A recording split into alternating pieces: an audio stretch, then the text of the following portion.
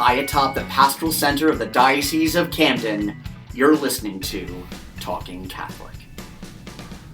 Hello, everybody, and welcome to Talking Catholic. This is Marianela Nunez with you today, and my co-host, Mike, but not Mike Walsh. Hey, Mike. How you doing, Marianela? Mike Bress. Yes, that's me. How's it going? Good. How about yourself? Good. Having a good Lent so far? So far, so good. I gave up. Any of our guests would not be surprised at this, but I gave up donuts for Lent, and so far, so good. Although my mom did bring some munchkins over for my kids the other day, and that was the sign that this is what you got to keep strong on this, just putting them right in front of me and not taking a single one. So pretty proud of myself at this point. That's great, Mike. You know, that reminded me of Mariana telling me, like, I'm going to give up chicken nuggets, but please don't eat them in front of me because it's going to be so hard.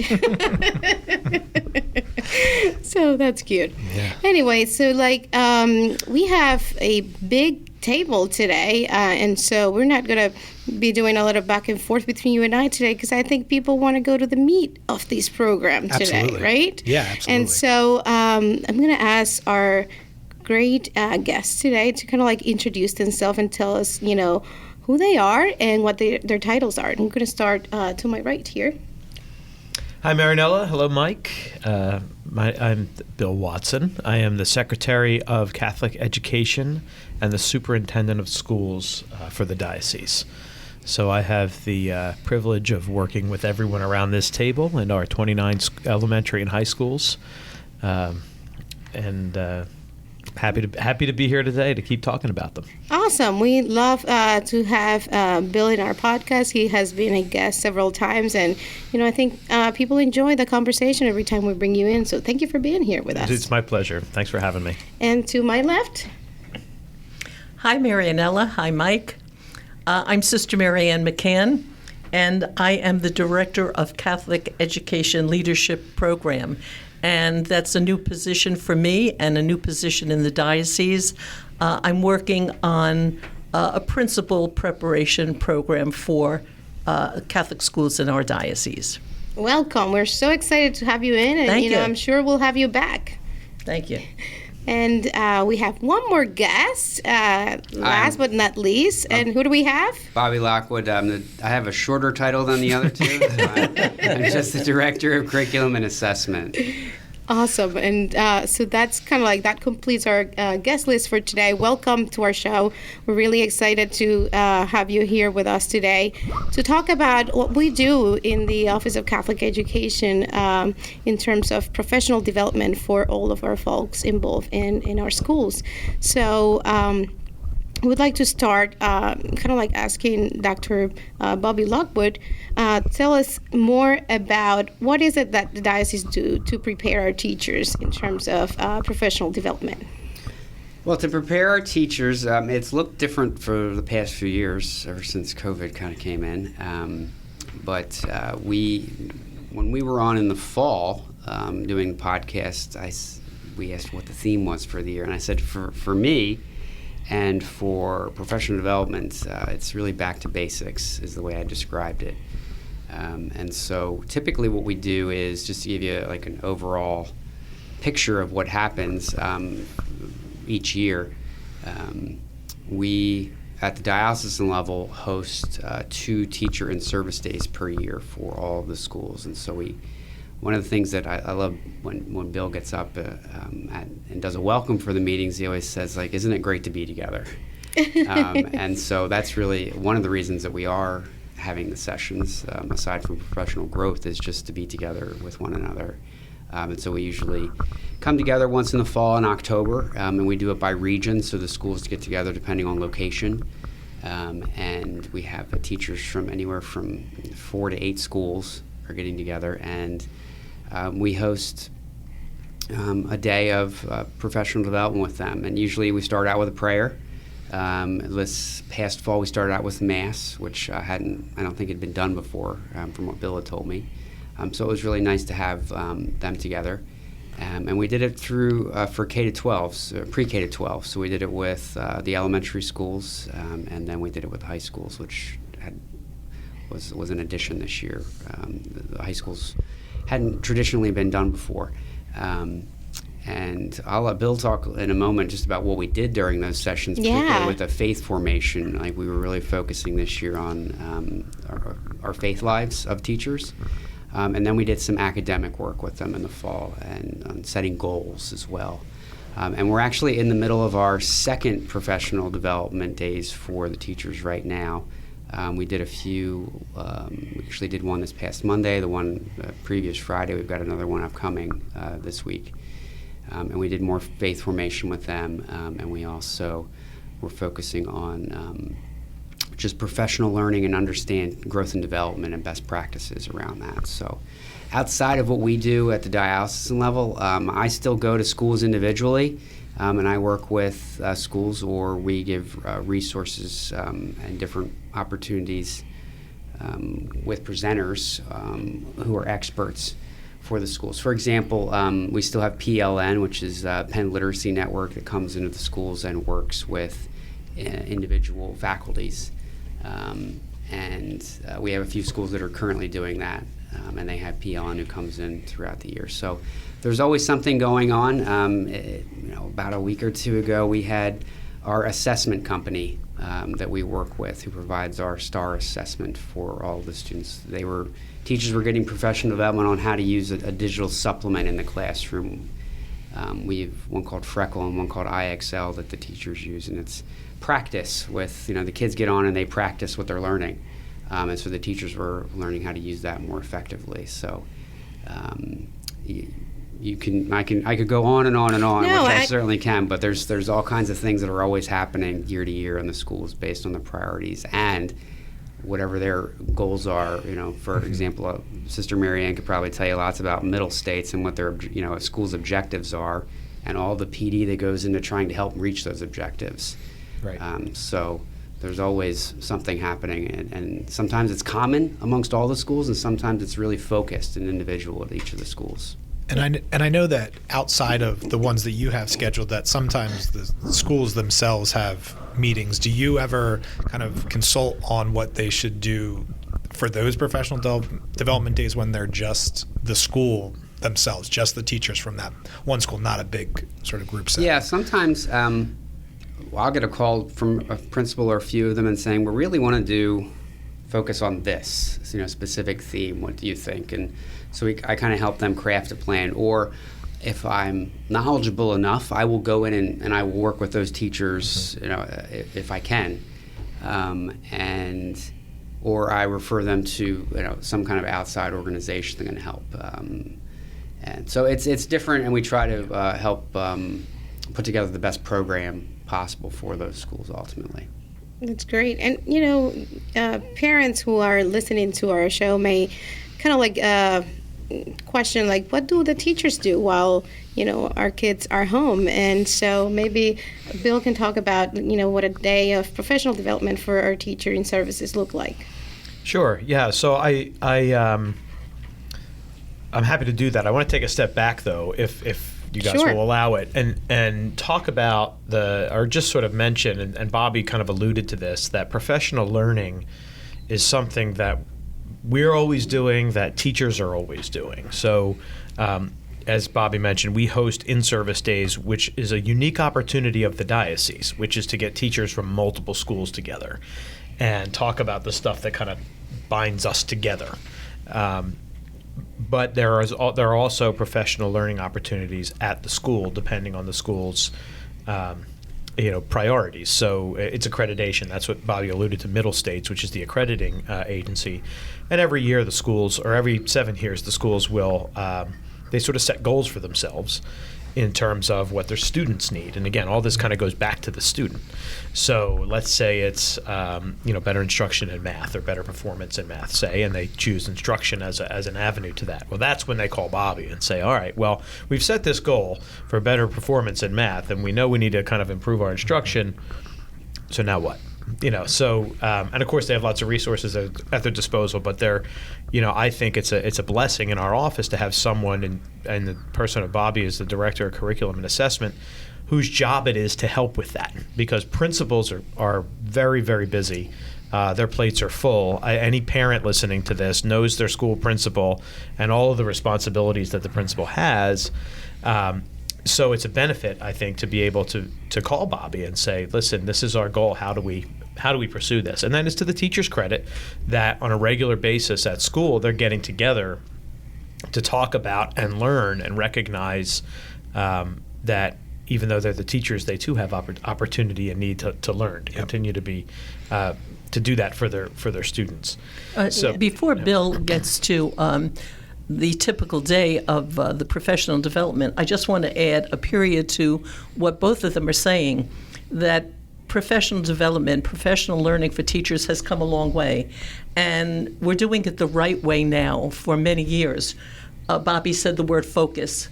We're focusing on something and we're developing. It's no longer what used to be many years ago, a one and done sparkly report or program, and then it's over. It's continuous learning for teachers that's happening now. That's amazing because, I think it's a testament to what Catholic education is about in our schools, kind of like always trying to be, and it's trying to be that, teacher that Jesus was. Like, perfection is not human, but we strive for perfection as Jesus, is perfect. So I think now we have a good moment to kind of like go into what the day looks like for our teachers. Parents, please listen to this because it's kind of like, if you're curious to know what the teachers are doing while the kids are home and, you may have to get a babysitter. This is important. It is important, and that's right. So there's 2 days a year that are these diocesan in-service days, and of course the students are not in. So I'll just kind of walk you through what we did last Monday, which was one of these days, and the Friday before. It's fresh. Yes. So first of all, we start with just sort of basic, fellowship and hospitality, right? So everybody kind of comes in, and there's coffee available, and water and juice, and some snacks, and that sort of thing. And it's teachers will come in and they'll see people that they haven't seen for a little while because, in Catholic schools, you often will have, let's just take the example of the third grade teacher. That third grade teacher is sometimes the only third grade teacher in their school, or maybe there's one other one. But now here they're going to be 10 third grade teachers, and so they know each other over time and kind of get to know each other and like to see each other and kind of compare notes. And so there's some of that goes on casually kind of in the beginning. Faculties will sit together, sometimes from the same school in different grades, and I always kind of joke with them that, this is something that even though they work in the same building, maybe, 40 feet from the other person, they don't ever have 40 seconds to sit and just kind of chat over a cup of coffee because of the daily demands of teaching. So people kind of come in and do that. And then we start with an opening prayer. And usually the principals of the schools that are there will prepare that opening prayer. And that kind of sets the tone.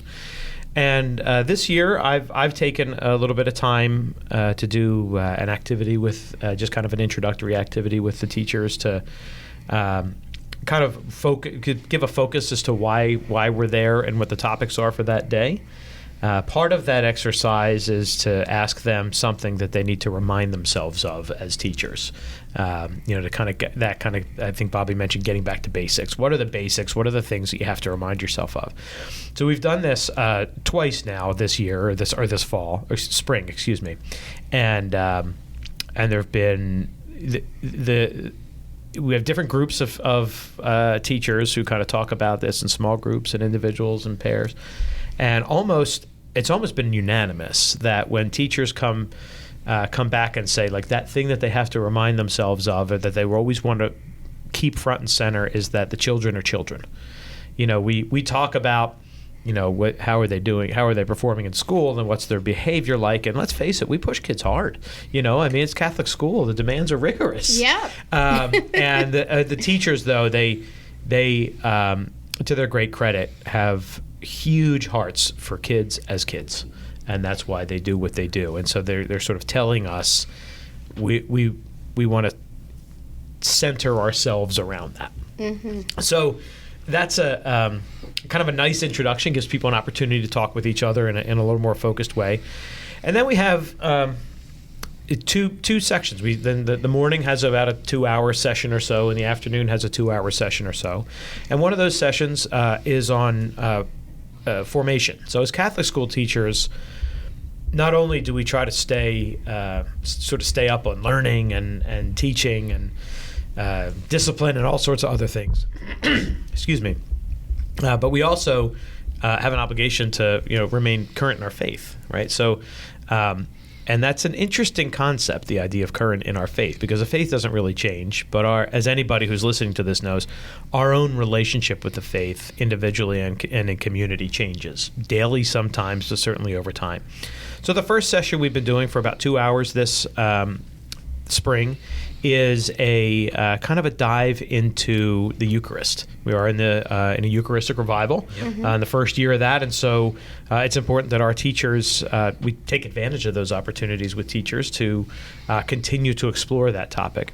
And one of the really great things about the way that's been run, and that's been done by Dr. Lee Delamonica, who's the Director of Religious Education for the diocese, is she sort of constructed a very reflective process that no matter where you are on your faith journey, you can kind of plug into it. So we always know in a room full of Catholics, including this one, people are in different places in their faith journey. They've had different formation themselves. Some people have, a deeper understanding of certain aspects.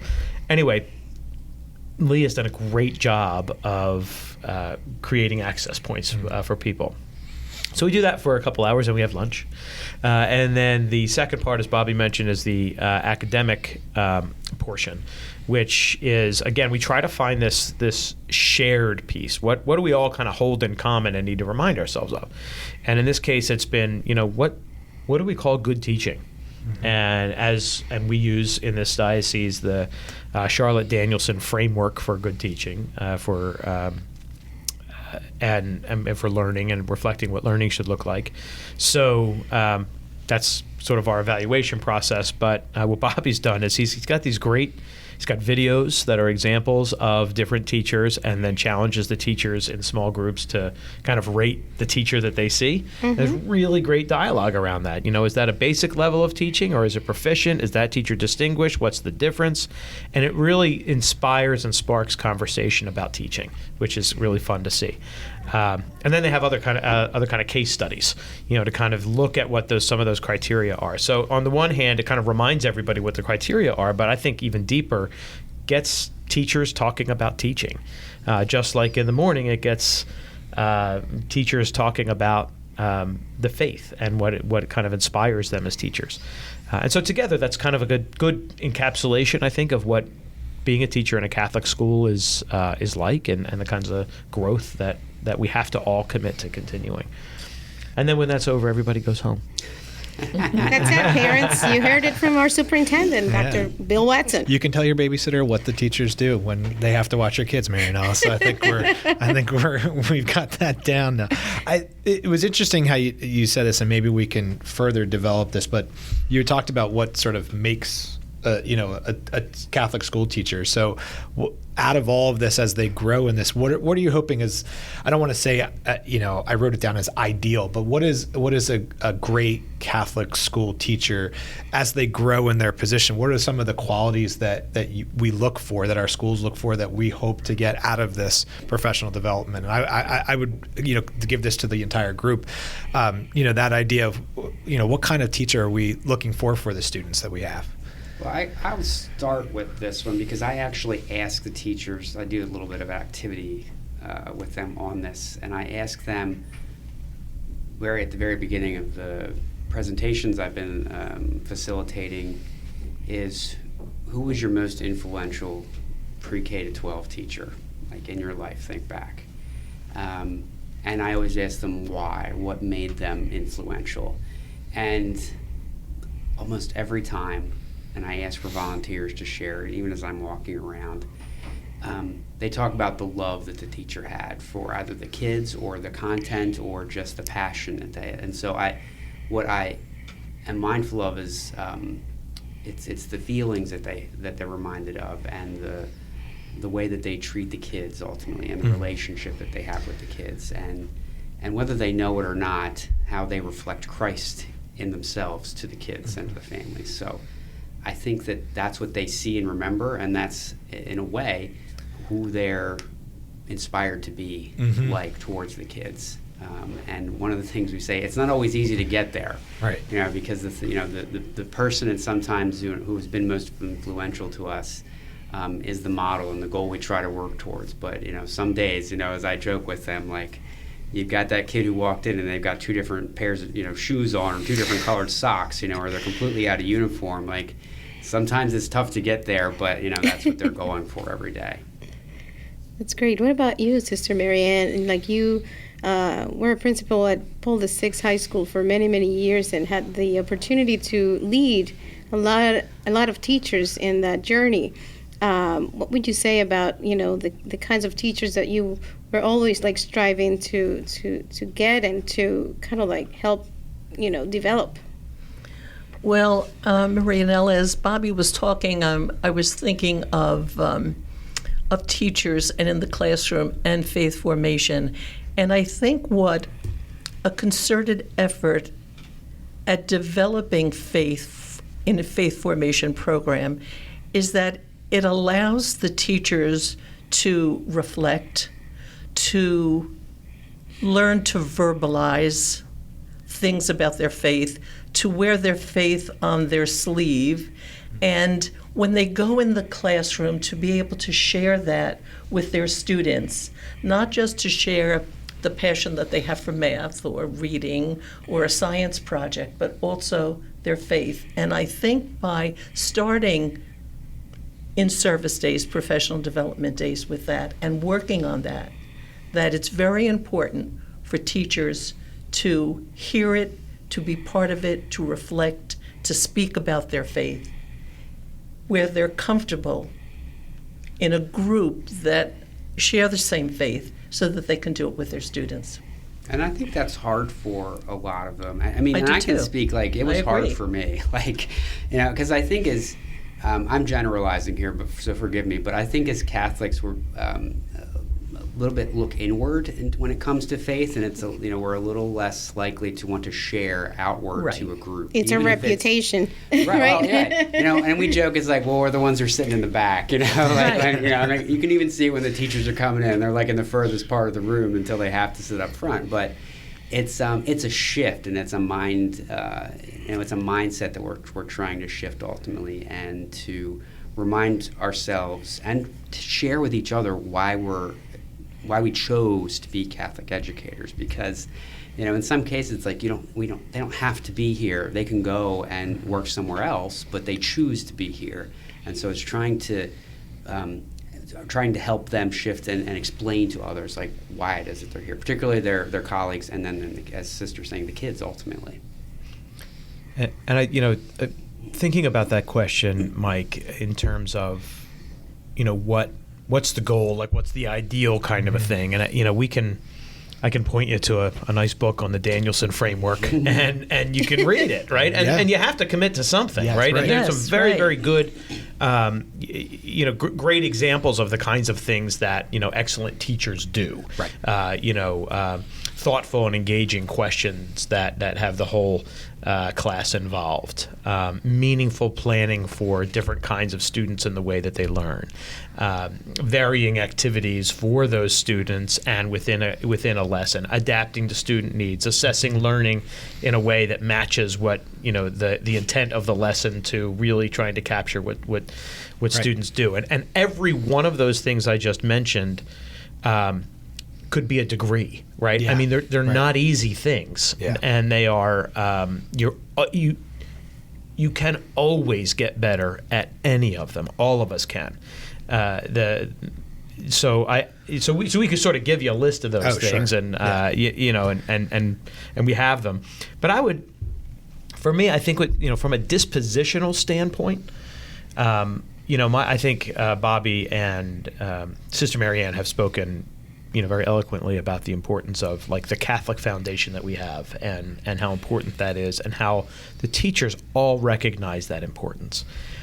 I would say from an academic standpoint, or perhaps even a spiritual one, the idea of curiosity I think is important to me. That like, what do you look for in somebody who is a teacher, or for that matter a principal?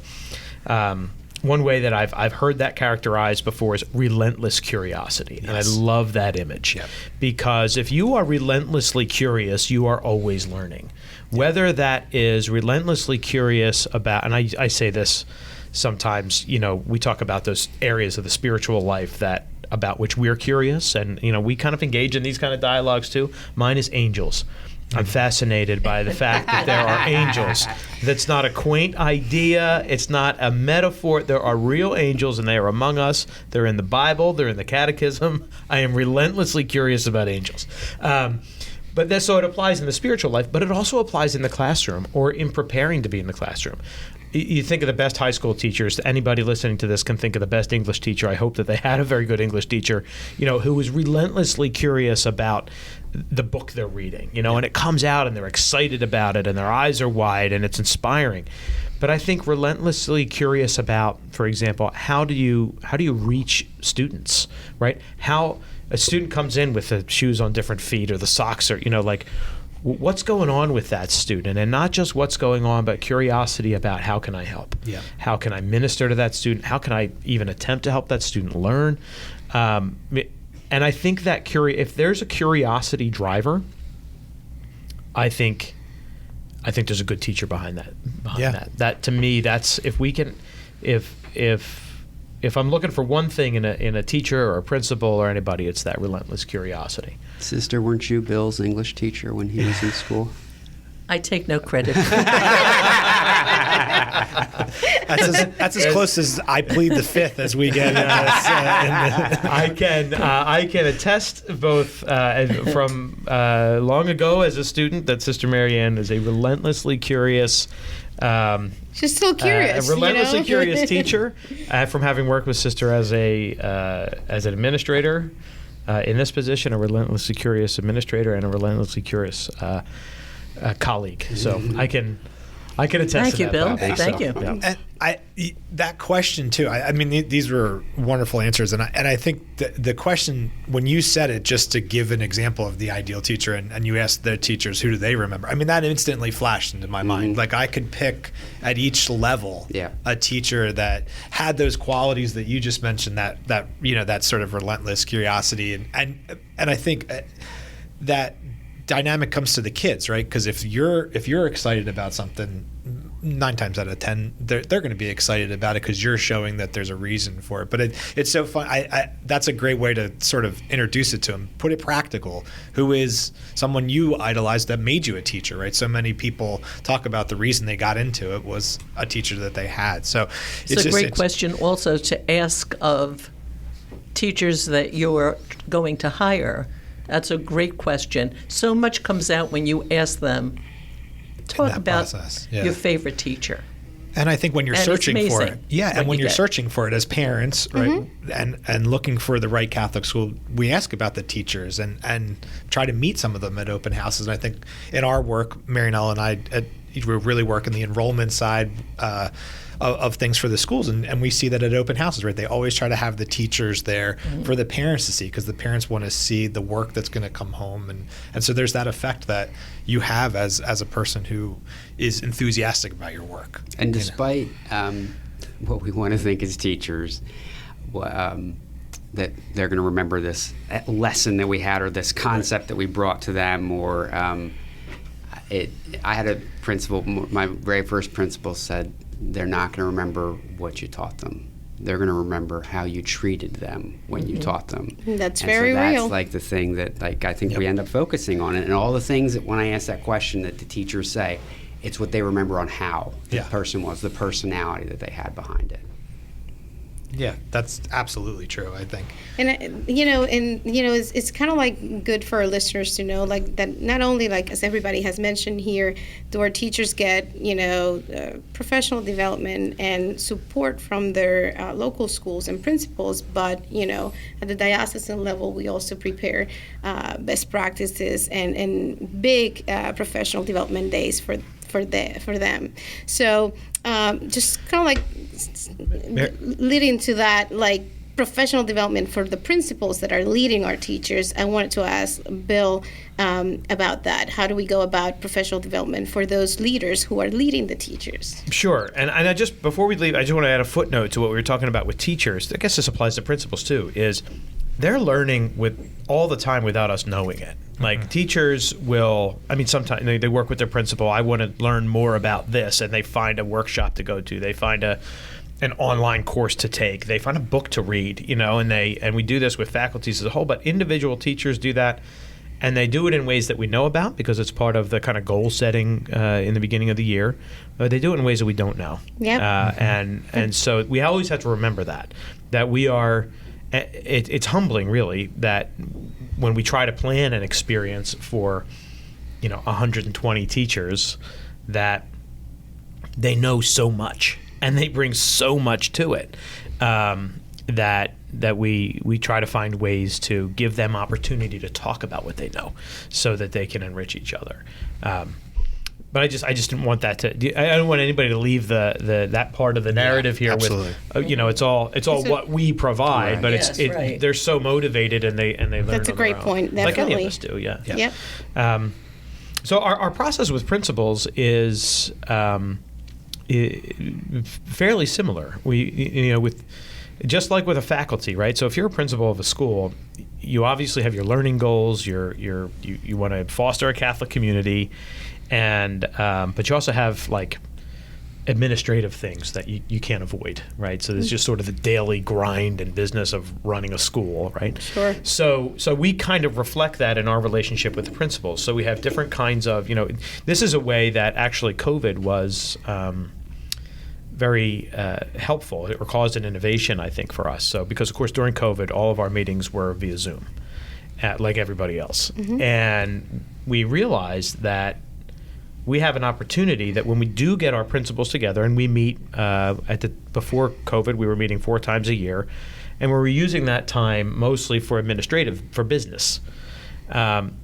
Well, Zoom gives us an opportunity to meet more frequently for shorter periods of time about business so that it can be more timely, but then to use the time that we do have together in person for professional learning. So It was such a shift in our office, kind of like to see that develop, and it's been really good. Well, I'm glad you think so. I hope the principals do too. We've gotten good feedback on it because the Zoom times, and we do that, like an hour every 3 or 4 weeks or something, and we really. It's about business, right? This is, graduation's coming up. Here's, we need to make sure that the dates are right for the high schools, and everybody knows when the bishop's going to be there, and that kind of applications, like everything. Yeah, right. So there's an enrollment report due, and we're going to talk about that. And those are, kind of like it's a business agenda. But when we get together in person, the sessions really reflect what we do with the teachers. So. And that's intentional. So our content this year has been about, in person when we have those meetings, it's been about both our own formation, or the principals' formation, and resources on learning more about the Eucharist, of course celebrating Mass together, but it's also been about providing an infrastructure for teachers and their learning, right? So it's a little bit walking that line. On the academic side, it's been both, like the principals have gone through some of those same scenarios that Bobby went through with the teachers, because principals need to be reminded of this stuff too. Not because they, are insufficient in some way, but because these are the important things that you always have to kind of go back to remind yourself of, and it's our job to help them do that. So again, with Bobby's work with the principals this year, it's been on those examples of what good teaching looks like, or trying to suss out what good teaching is, but also a reminder to the principals of here are the procedures that we have for giving teachers feedback on their teaching. So in my view, the balance has worked out really nicely. Sure. And we're doing it intentionally so that the principals are a few steps ahead of the teachers, so that when we get together with teachers, they know what's coming, they can support it, they can talk about it with their teachers and be kind of part of that. That's great. Mike, I know you have a couple of questions lined up specifically about professional development for principals. So what's next? Yeah, well, before we go into specifics there, but I really wanted to hear more about Sister Marianne's work, like in this new role. One, because I typically get your title wrong almost every single time I describe. So do I. Yeah. But I understand the work. Director of Catholic Education Leadership Programs for the Diocese of Camden. Wait, Bill, you came up with that leadership title. It's your fault, Bill. I did. Well, I want to defend myself here now. And Mike, I know you've got, before we sort of go down that road, one of the things that is well known among Catholic schools, Catholic school leadership, superintendents, universities that study this stuff, is that the hardest position to fill is the position of Catholic school principal. Mostly because it's probably 3 or 4, maybe 5 different positions all rolled into one. And so you really have to have people who are totally committed to Catholic schools and totally committed on multiple levels. We are blessed in this diocese to have such people at the helm of our schools. We and I say that truly in the truest sense of blessing. That the Holy Spirit has guided the right people to us and us to the right people in those processes. But we recognized that we want to help others who might be inspired or might be curious about Catholic school leadership, but perhaps a little timid or maybe maybe not quite willing to step up, or maybe people we think would be excellent leaders that don't know it yet. And we realize we don't really have an infrastructure for identifying and supporting those people before they kind of throw their hat in the ring to become a principal. So that's where the director of Catholic school leadership programs came into being. And we were we were fortunate that there was this a synergy between the opportunity to hire a person to do that and the Holy Spirit leading the right person to us at the right time. And so here Sister Marianne is, and she's been kind of helping us figure out, how do we do that? How do we draw people to the idea of being a Catholic school principal and then support them in their journey to do it? So tell us about it, Sister. I will. I wish I had this in place when I became a principal. You learn in your position, but having a structure that principals could learn from in this way would make it so much easier. I mean, all the books will tell you that vision should be 80% of the job and the managerial part should be 20%. When if you're in the job itself, you know that probably 75% of the time you're managing things and the rest of the time you're trying to figure out the future and plans and strategies and strategic plans and transformation and culture. That's part of your job, but you're managing all the time. And so what we're hoping to do is to intentionally attract, invite teachers who would like to be principals in Catholic schools and really want to be principals in Catholic schools and lead them. And part of this is training. Now, you go back about 15 years, I guess, and a lot of the universities put a lot of time in changing their coursework into developing principals, a principal pipeline, so that they go through X number of courses, some practice, and then they're certified to be principals. Well, they've been doing this for, I'd say, since the middle of the 2000s, maybe 2005 or 6, and just about 5 years ago, they looked at what programs they had in place, and they're changing them even now, making them better, because they know the most important person in a school to improve student learning is the teacher. But the second most important person in the school to improve student learning is then going to be the principal. And so much of this really can be taught. I think of the first time that I was told by my president at the time, Father Hughes, and he said, okay, do the budget. And I went like, okay, do the budget. I think I can picture myself in the office with all this paper, and it was June. And I was like, do the budget? You know? So it was a little late. I didn't know a lot about it. I didn't have anybody to lean on that I could ask, like, what do you do with the budget? But now you can teach people the easy parts of that. The managerial part should be down cold. I say that to myself because looking back over the 20 years, if you have all the management strategy, everything like that under your belt, everything else will come easier. Everything else will be easier. It just is simple that way. Because when you go into your job, nothing happens in a linear fashion. Someone's crying here, a parent's calling and wanting to talk to you. Something else is happening down another hallway. You're having an appointment and you're not there. So you need to really have all of this at your fingertips. And the only way to do it is to present a program and train people before they get there. What they have found in the last 5 years is that, okay, we've put some good coursework in place. We have good programs from the university level down, and in dioceses, we have them in place. But now what they don't have in place as good as the coursework is the continuing mentorship. It's not that you have to hold somebody's hands daily, but knowing that you have somebody to rely on or talk to, or somebody who comes in and says, like, yeah, I see what you're doing. You know, this is possible too. Why don't we look at it this way? It's really, really, the mentorship part is important. And also, lately has come out all the ways of, you train pilots with simulators.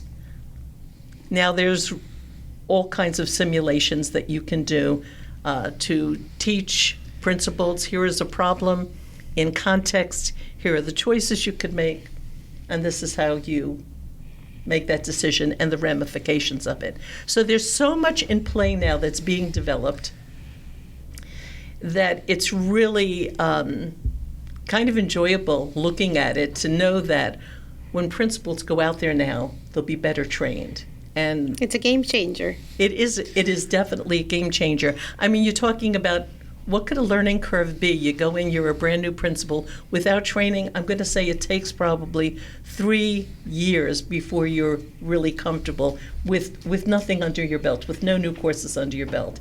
But training helps this. And that's what you want. You want them to feel comfortable and be a part of it. So much now today they're emphasizing culture is important.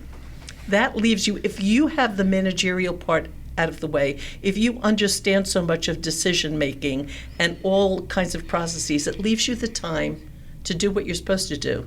Develop relationships with teachers, be in the classroom with students, be part of the whole, not sitting in the office trying to figure out something. And this should help change that learning curve and make it a lot smaller so that principals can do a great job in their Catholic schools. So can we say that, somebody who's actually now thinking about, the possibility of becoming a principal, and it's kind of like, oh, I don't know if I'm ready. I don't know if I'm prepared to be a principal, or if I would be a good principal. After kind of going through a program like this, they would feel much more confident. I think it'll do a lot for your confidence, absolutely, yes.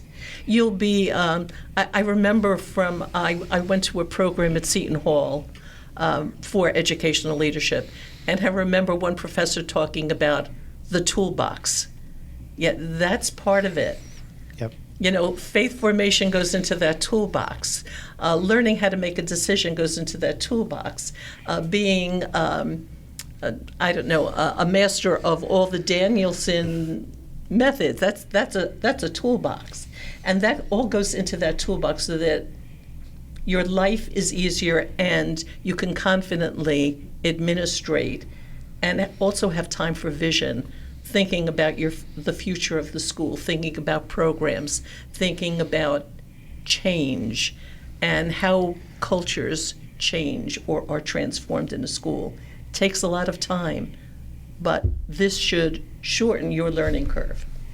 That's amazing. Yeah, I think that's great. And I'm going to point out two things. One, you forgot to mention one thing that you specifically have done very well as a principal, which is be a highlight on social media, specifically in the videos that Paul the Six puts out. So that's a key part. That's probably not to my credit. That's probably to the credit of the people who love social media and keep saying, no, come on. You have to do this. There's not a video stopper until Sister is on there ready to go in the hallway. But you mentioned something that I think I had written down and was really reflecting on before we sat down, which was you mentioned the dynamic between the principal and the teacher, right? That relationship that needs to be developed.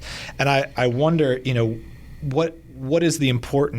what are important aspects of that dynamic? What do we need to see in that relationship? Because then it gets reflected into the teacher and the student, which we've talked a little bit about, but also the principal and the student and their families and just all of the sort of bigger school family. But starting in that dynamic, what's important there? What came to my mind as you're saying that is, if you want to transform school climate or transform what's going on in your school, the culture to a degree, you can't do it by saying, hi, here's a new program, and this is what you're going to do next year.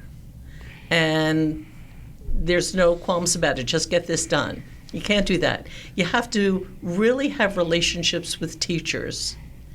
And you have to be a little bit of a salesman, but it takes time to bring teachers on board.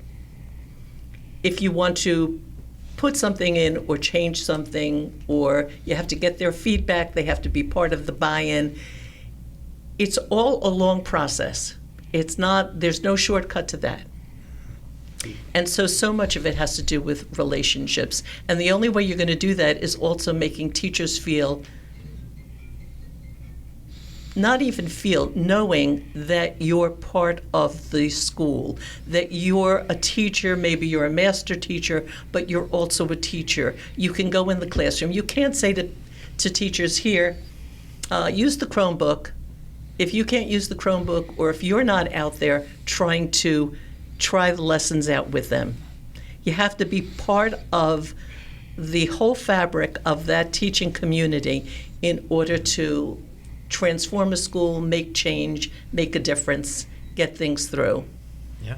I mean, at the basic level, it comes down to trust. And both Bill and I teach in Catholic school leadership programs at the graduate level, and I teach a change course, for example. And the one thing that you'll hear time and time again as you're going through these programs is, it's a little comical in a way, but like your first year as a new administrator at a building is, you can change your clothes that year. Don't change anything else. Exactly. Unless the roof is caving in and you need to do the roof, fine. But don't change anything. And we did have that happen to one of our new principals a couple of years ago. But But it's just so much you have to develop in that time. As to Sister's point, like you're, whoever off the street, I don't know who you are, and even if someone's coming from within, as a leader, like they're a teacher who was coming from, it's like still, it's a different relationship at that point, and so that takes its own nourishment and development in order to help move forward. And to Bill's point earlier, which we always bring back to, it's about the kids at the end of the day. It's about the kids and what's best for them ultimately. And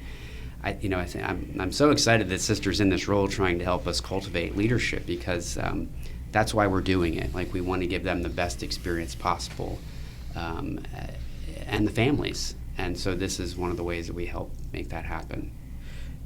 Bobby mentioned our, the work we do with principals at the graduate level. And one of the things that I supervise interns who are learning how to be principals. And so one of the things that I say, because they're in class and they're doing the kind of thing that we're talking about here, right? We talk about the Danielson framework, and we talk about formation, and we've been talking about, and I think Sister alluded to this, a bit, that the real world is messy, right? So we could talk about what the ideal is, but the real world is messy, and so I don't want anybody to leave this conversation, anybody listening to it, thinking that there is we have a prescription, right? Right.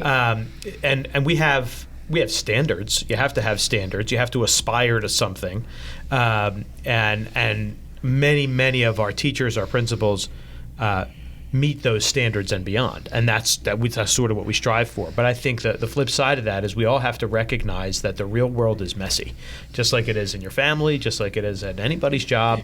And part of our shared work together is navigating that. And I would say in a Catholic school we have a particular way of navigating that. We have the shared experience of our faith. Which itself, you get 5 people like we have here sitting around a table, and that's not going to be like, there's no givens, right? I mean, there's some givens, but we all have 5 different experiences. And so we have to navigate that together, but we have that common language. And that, in a Catholic school, not only the common language, but the common commitment and the common, God pours His grace out on us, all the time. And together in a Catholic school as a community, we can accept it together. We can acknowledge it and accept it. And that is such a special thing about Catholic schools that you don't get anywhere else. And I think that is what enables us to make our way through the messiness. Yep. And struggle through it and persevere, and then be able to work on the standards and be able to kind of move the whole enterprise forward.